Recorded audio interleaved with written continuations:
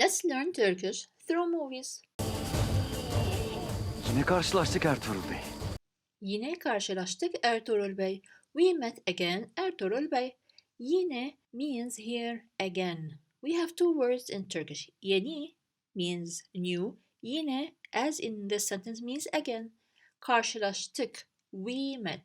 Now, karşılaşmak means it's like when you meet someone you know by coincidence on the road. You did not plan that meeting. You just met by coincidence. This is karşılaşmak. Karşılaştık, we met. Ertuğrul Bey is his name. Bey means like Mr. So we met again. Ertuğrul Bey. Yine karşılaştık. Ertuğrul Bey. Senin için çok tehlikeli adam derlerdi. Senin için çok tehlikeli adam derlerdi. They used to say he's too dangerous for you. So senin için, for you. Senin is you, için for you. Çok, very, çok tehlikeli, very dangerous. Adam, man, derlerdi, they used to say. So de is or comes from the verb infinitive form demek, to say. Der with the R, this is the geniş zaman, one of the tenses of Turkish. Ler, they, de is the past. They used to say. So senin için çok tehlikeli adam derlerdi. They used to say he's too dangerous for you. Seni çok hafife almışım. Seni çok hafife almışım. I underestimated you so much. Almışım means I took. From al, this is the unreported past tense. Hafif means light. Çok means very or so much. Seni, you. Here we don't translate it literally, we say I underestimated you so much. And if you would like to take all these conversations that I made on my channel, the movie conversations, then you can click on the link in the description box below. Beni hafife almanın bedelini daha ödemedin Simko. Beni hafife almanın bedelini daha ödemedin, Simko. You haven't paid the price for underestimating me, Simko. Simko, of course, is the name of the person. Now, beni hafife almanın, same as the previous sentence, which means underestimating me. So, beni hafife almanın, underestimating me. Bedeline, the word bedel alone, you can translate it as price, consideration, worth. It has so many but according to the sentence we translate it. So beni hafife almanın bedelini daha ödemedin. You haven't paid yet. Daha means yet in this sense. Ödemedin comes from the word or infinitive form of the verb ödemek, to pay. Ödemedin, me is the negative, din, di is the past, and n here, letter n, represents you. You haven't paid the price for underestimating me yet, and his name Simko. Sen de öyle Ertuğrul Bey.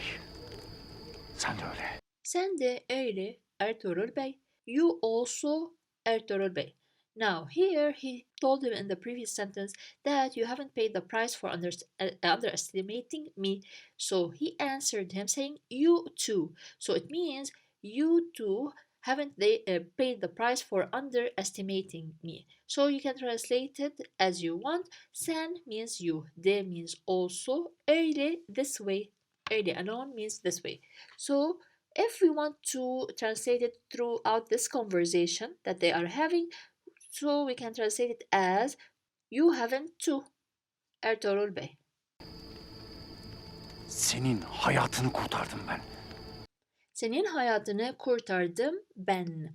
I saved your life. Now, senin hayatını, your life, the life of Ertuğrul Bey. So, hayat means life. Senin hayatını, we're talking about the life of Ertuğrul Bey. So, senin hayatını kurtardım. I saved. Kurtarmak, to save, kurtardı, he saved, or she. Kurtardım, with the M, I saved. Ben, here for stressing. So he's stressing that I saved your life. Senin hayatını kurtardım ben. Ne çabuk unuttun. Bana borçlusun. Ne çabuk unuttun. Bana borçlusun. Ne çabuk unuttun. How quickly did you forget? Or how quickly you forgot. Bana borçlusun. You owe me. Ne alone means what? Ne çabuk. How fast. Unuttun, you forgot. So unuttun, from unutmak, to forget. The tu is for the past, and n, the letter n, is you for the personal pronoun you. So as it is, ne çabuk unuttun. How quickly you forgot. That I saved your life. This is what he's saying. Bana borçlusun. You owe me. So bana, like me. Borçlu, the word as it is, borçlu, means the person who takes something from someone else and wants to return it later. Borçlusun, you owe. Sun represents the you. Personal pronoun you. Bana borçlusun, you owe me. Ne çabuk unuttun. Bana borçlusun. Hayatımı kurtarmanın karşılığında ne istersin? Hayatımı kurtarmanın karşılığında ne istersin? What do you want in return for saving my life? Ne istersin? What do you want? So name we said what? İstersin, from istemek, to want. İster is the geniş zaman, sin you. What do you want? Karşılığında means in return, as it is, in return. Hayatımı kurtarmanın, you saving my life. As we said before, hayat means life. Hayatımı, my life, kurtarmanın, kurtarmak means to save. Hayatımı kurtarmanın karşılığında ne istersin? And here we have now complement. That's why you see, like after the word hayatım, you have the kurtarmanın also. These are grammar that you will learn if you're studying or when you study the curriculum. Altın. Altın isterim Ertuğrul Bey. Altın isterim Ertuğrul Bey. I want gold Ertuğrul Bey. Altın, as it is, means gold. İsterim, it passed before istersin. This was in the previous sentence. İsterim, the M is for I. Altın isterim, I want gold. And his name. Başka ne isteyeceğim? Başka ne isteyeceğim? What else would I want? Başka means else, another. Ne is what? İsteyeceğim. Will I want? İstemek, to want. We have Y is the protection between two vowels. Ecek is what? For the future. And M is for I. Başka ne isteyeceğim? Bak, seninle bir anlaşma yapalım. Bak, seninle bir anlaşma yapalım. Look, let's make a deal. So bak means look. Seninle, alone means with you. Bir anlaşma.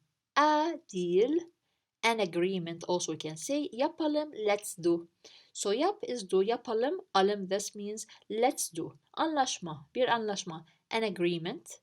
Seninle, with you. Bak means look. And we can translate it. Let's make an agreement with you. No, we don't say that. Let's make a deal. In other words, in English. Bak, seninle bir anlaşma yapalım. Sen bana istediğim altınları ver. Sen bana istediğim altınları ver. You give me the gold I want. Sen bana, you to me, istediğim, the thing that I want. What? The altın, the gold. So the gold that I want, the gold that I want, ver means give. You give me the gold that I want. He is making a deal here. Ben de sana kimin tuzak kurduğunu söyleyeyim. Ben de sana kimin tuzak kurduğunu söyleyeyim. Ben de, or the meaning of the sentence is, and I'll tell you who set a trap for you. Ben de, I too, me also, I also, sana, to you. Kimin tuzak, who, kimin from kim, who. Tuzak means trap. Kurduğunu means set a trap, which means like set up that trap for you. And söyleyeyim means I'll tell you. So aim means I'll. If you remember we said yapalım. Alım means we. Let's do. Söyleyeyim means I'll. This is the difference. I'll tell you. And if you notice in the video he said söyleyeyim, which is like abbreviation, or when you speak in your daily life, this is how you say it. But the word is söyleyeyim. If you want to pronounce it properly, this is how you say it. But in daily life, of course, the conversation is shorter and different. Ben de sana kimin tuzak kurduğunu söyleyeyim.